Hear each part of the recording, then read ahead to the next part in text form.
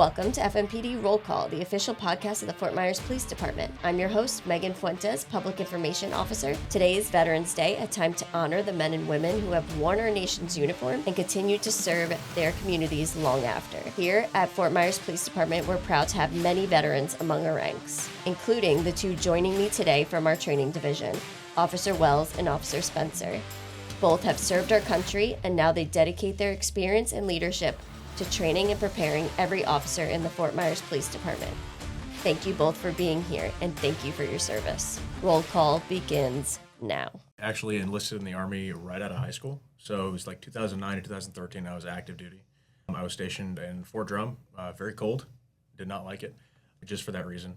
Did a tour in Afghanistan while I was over there. I left that and then went into the National Guard for about 6 years, and I ended that tour in like 2019. Total 10 years. And how long you been here? 7. Yeah, working on year number 8. Yeah. What about you, Officer Wells? Yeah, 2008, joined the Army right out of high school. Did 6 years active duty. Most of that time was spent with 3rd ID out of Fort Stewart, Georgia.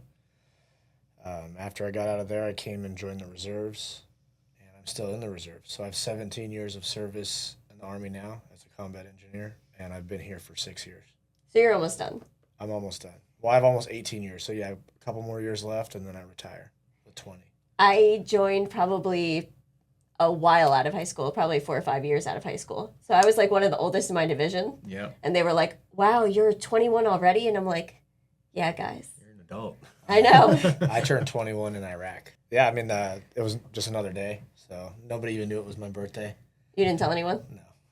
You kept that under wraps, too. It's a different culture in the military. You kind of get hazed for stuff like that. So they kind of make fun of you and make your day harder than it has to be. So. In the Navy, I could tell you that was not a thing. Yeah. Oh, joined the wrong branch, apparently. You both spent your lives in service, first to the country and now to your community. What made you want to continue that mission with law enforcement? There was just something that everything seemed empty without putting on a uniform and working with a bunch of like-minded people to come to the same kind of goal, like working towards a common cause. I worked at Comcast. I did construction. None of those things are bad. They're all formative.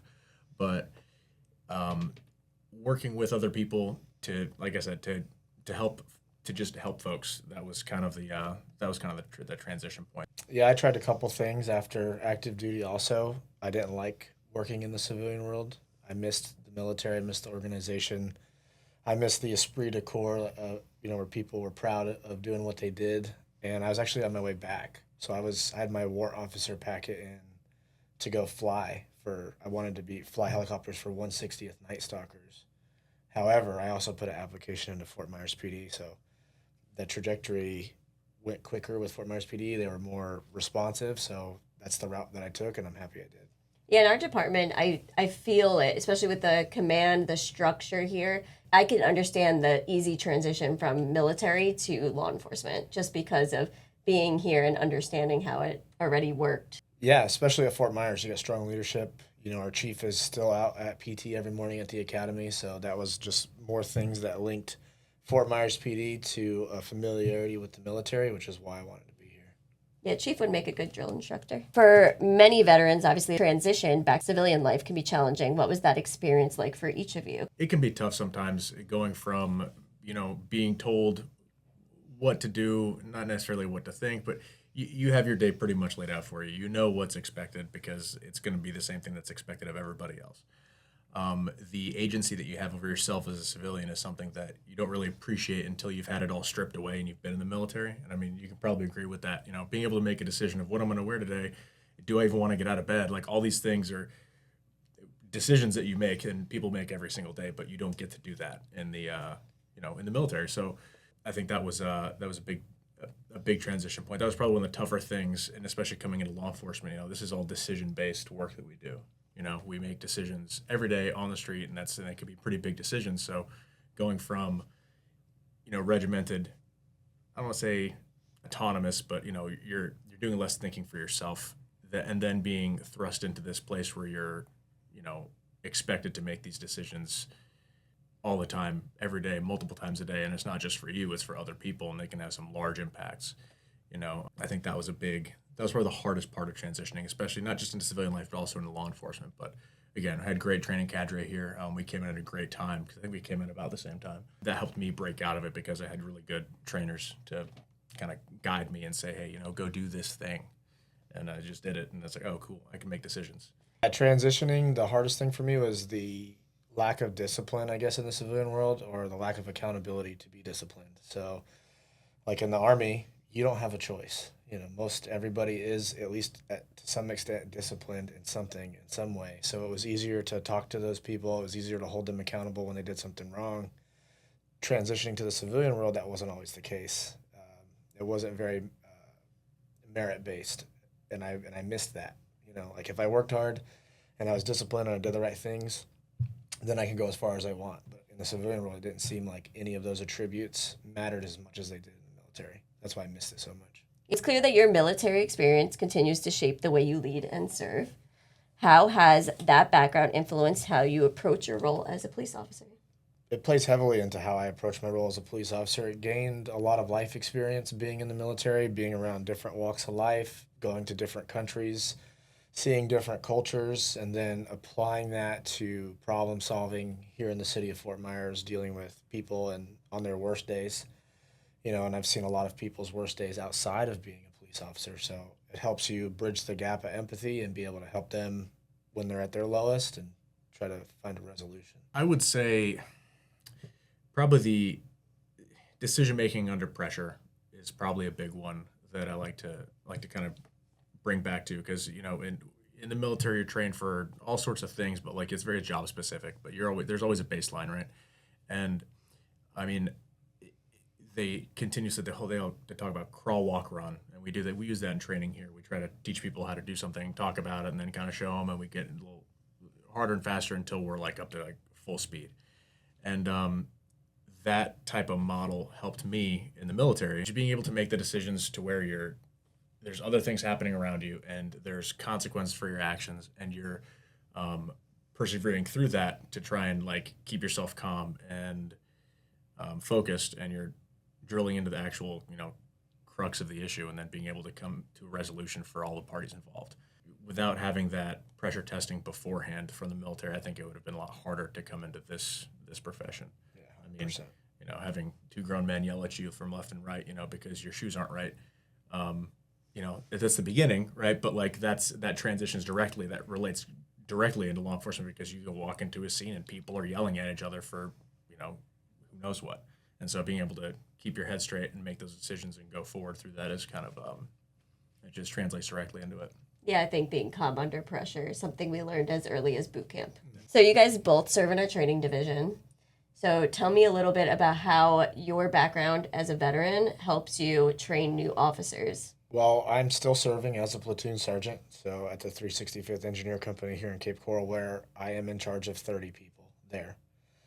And it kind of is a direct translation to what I do here as a field training officer coordinator. So I have a lot of new people who need guidance and need direction. So I take my experience from leading in the military and I just apply it here. I make sure that I'm one step ahead of whatever their needs are, so that way there's nobody being left in the dark or being unsure. I try to communicate as best as I can from the top down, so they're never left uninformed. And then if they ever need anything, I have an open door so they can come to me, and I want to make them feel like they are comfortable enough to come and talk to me about anything that they might need, so that way they could be successful as road officers on their own eventually.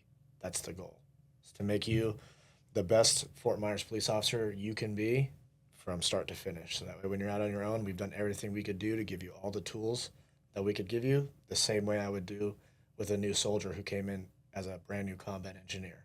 I want to get you fully up to speed to where you can do this without my help. And Officer Spencer, I know your role is a little bit different than his. So he takes care of obviously all the new recruits that come in. Right. And your job is to train the officers that are currently coming here or have been here for a while. Right. So how do you keep that new and fresh and use your military background? I mean, I remember, so I was an infantryman. I don't want to say bare bones, basic like Army stuff, but typically in the Army, at least, when you go to basic training, it's the same basic training for everybody. And depending whatever your extra job is, on top of that, you get extra training. So if you're a combat medic, you go, they teach you how to put tourniquets on people and do combat medic stuff. Same thing for the dentists, and everybody else has that advanced school afterwards. In the infantry, it's basically a couple extra weeks of more basic training. So they just drill down the basics. And so that's what I have kind of started to adapt into a lot of my training, is just drilling down the basics. To quote Bruce Lee, I think he said, he doesn't fear the man who knows 1,000 kicks. He fears the man who has practiced one kick 1,000 times. And it's knowing the basics and being able to get that like locked in and dialed in. That's what I've tried to bring towards training now, because we do several micro training sessions a week, and we do block trainings. I think 5 times a year now. We're up to number 5, and we do try to conduct training throughout the year, and just no matter how advanced and specialized we get, bringing it all the way down to the foundation and strengthening that foundation, making sure that's strong, so that everything else that comes on top of it is like also good or better. Would you say you draw a lot from your military experience when it comes to training new officers or officers that have been here for a while? Yeah, absolutely. I mean, and there's also the mentorship aspect of it, because I mean, I had a lot of really good NCOs when I was in the Army that didn't just say, "Hey, you're doing this wrong." They said, "Hey, you're doing this wrong, and this is how to do it right." So it's not just about browbeating and yelling at people, making them feel like they don't know, because if they don't know, well then cool, but your job is still to teach them. So that's that's what I kind of got out of it. I had a lot of good leadership opportunities to learn from a lot of people on what to do, and that's what I bring. So I gotta ask, whose idea was it to cover the officers' heads before the scenario in this latest training? That's almost industry standard now. Yeah. We learned it from our EFC training, Jay Wadsworth, who hosts that and produces that kind of training. But in level 2, those are called hood drills. So it makes you react to a situation that you're not prepped for. Just going back to, like Officer Spencer said, your basic skills, like your foundation. Is your foundation strong enough to handle these law enforcement scenarios this quick? Yeah, we're not the only ones doing it. I mean, I would wager to say we're one of the first. I mean, I don't know if the other agencies in the area have been doing it, but I mean, I know we have never done anything like that, and we're not the only ones doing it. It's not a new thing. It's just we're trying to bring everything up to speed, and also that's how you test the reactions. That's how you test the foundation and you add some pressure and see where everybody's at, so you can figure out who needs a helping hand, who needs some extra time, or who's doing good and ready for more, and just constantly building on that. So since today is Veterans Day, what does Veterans Day mean to both of you? So Veterans Day has always been, to me, not just going to Applebee's and getting your free, pot stickers or whatever, though that's great, and I'll probably be doing that later. I don't normally take any time and like reflect on myself. I normally look towards other people and try to, devote my attention to others, because like I guess selflessness is part of one of the job requirements here. But that's where I take a second and I say, you know what, you did something good, and then I take my kids to the parade in Cape Coral, because I like to show them, like, hey, this is what it's about, because kids don't usually know what mommy or daddy did when they're in the military, especially if they're little. So getting to show them, I mean, your kids are older now, so they have kind of an idea, but that's what it is to me, is like, say, this is what I did, and showing my kids and my family this, and just taking a second saying, you know what, you did good, and then getting back to it. I know I take my daughter for Memorial's Day over in Cape Coral, and obviously she's 4, she doesn't know, but still I think it's the sacrifice and also honoring that. And obviously as veterans, I want to honor other veterans as well, even if I don't tell them I'm necessarily a veteran. Yeah, it's the esprit de corps. That's what it means to me, is if you see another veteran, we both did the hard thing, we both went through something similar. And it's the same thing if you're in another state or another city and you meet some of the officers there. There's kind of this unspoken respect that we have for each other, because we kind of understand the similarities of what you've been through, of what I've been through. And it's a connection. It's that esprit de corps. It's that pride in the uniform, pride in the service. So that's what it means to me.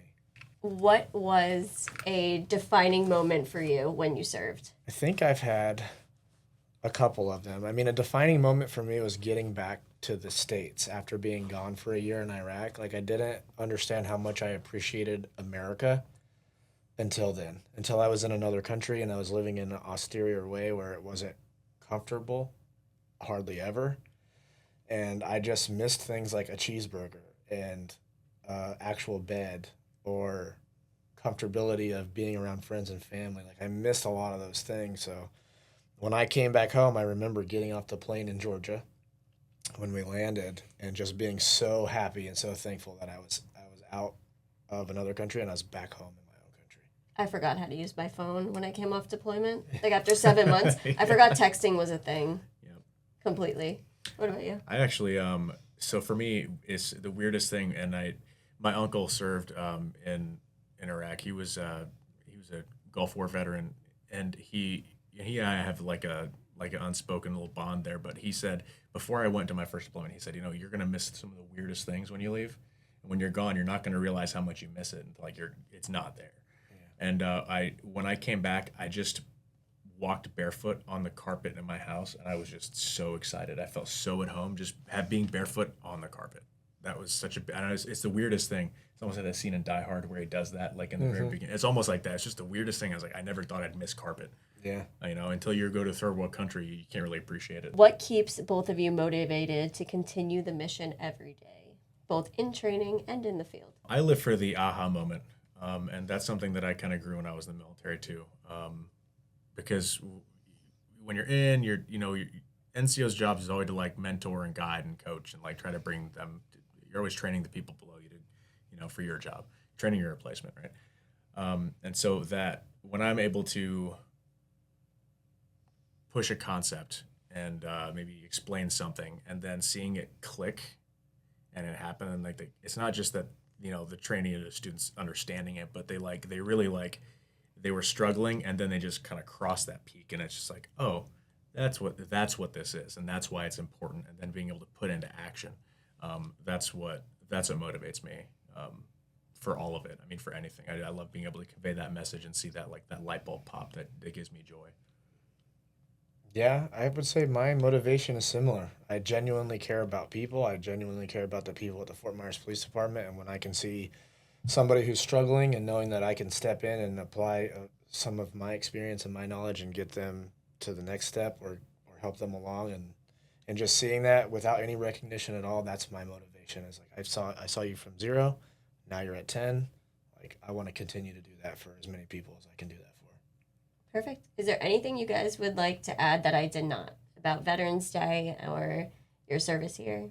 I mean, everybody's veterans experience might be a little different, but we all share a commonality in a lot of things. So, whether you served 2 years or 10 years or 20 years, we all have that common ground where we can come together and talk. And it's a small community, but I would just encourage people to stay in that community as much as they can with whatever that is, VFWs or memorials or parades or whatever it is, just stay involved.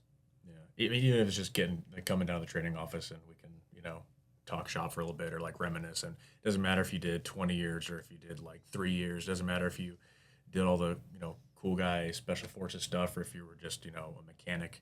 It doesn't matter because you don't always get to choose your lot in life. When you join, you're throwing your name in the hat for whatever they're going to send you for. So just having signed your name on the line and then coming out of it like we have stuff in common, we can pal around about that.